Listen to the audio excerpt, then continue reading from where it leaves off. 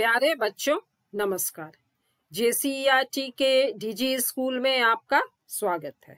मैं अनुपमा आज आप लोगों के साथ आप लोगों की इंग्लिश बुक डेजी के यूनिट 8B की पोयम एग्जाम स्ट्रेस पर चर्चा करूंगी।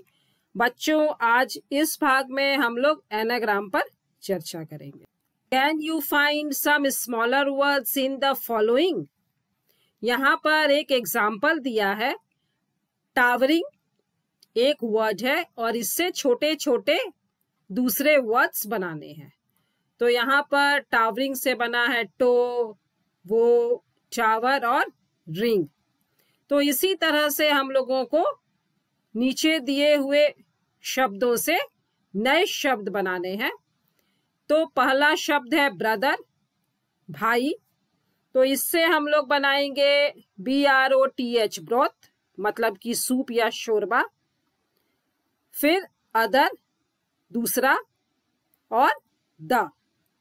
इसी तरह एग्जामिनेशन परीक्षा से बना सकते हैं एग्जाम, इसका भी अर्थ होता है परीक्षा।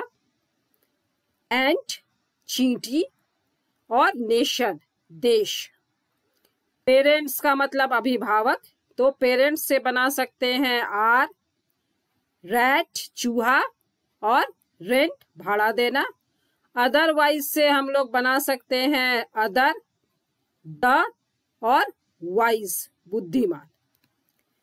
तो यहाँ पर बच्चों एक शब्द के लेटर्स को आगे पीछे करके, मतलब उनके ऑर्डर को बदलकर, उनके क्रम को बदलकर नया शब्द बनाया गया है। और नए शब्द का अर्थ पुराने शब्द के अर्थ से बिल्कुल अलग है। तो इस तरह जब किसी शब्द के लेटर्स को आगे पीछे करके एक नया शब्द बना दिया जाता है तो इसे कहते हैं anagram. An anagram changes the order of the letters of a word or phrase to make another word. Anagram में किसी वर्ड या फ्रेज के लेटर्स के ऑर्डर को बदल दिया जाता है, मतलब क्रम को आगे पीछे कर दिया जाता है और नया शब्द बनाया जाता है। फॉर एग्जाम्पल ईच से बना है एक, ईच का मतलब प्रत्येक और एक का मतलब दर्द। बेक से बना है बीक, बेक का मतलब सेंकना और बीक का मतलब चोंच। Find out the anagrams with the help of the hint. अब यहाँ जो शब्द दिए हैं इनसे हम लोगों को एनाग्राम्स बनाने हैं इस हिंट की मदद से। तो पहला है SAVE सेव, सेव का मतलब बचाना और उससे एक डेकोरेटिव वेसल बनाना है। तो हम लोग बना सकते हैं VASE वेस, इसे वेस कहा जाता है।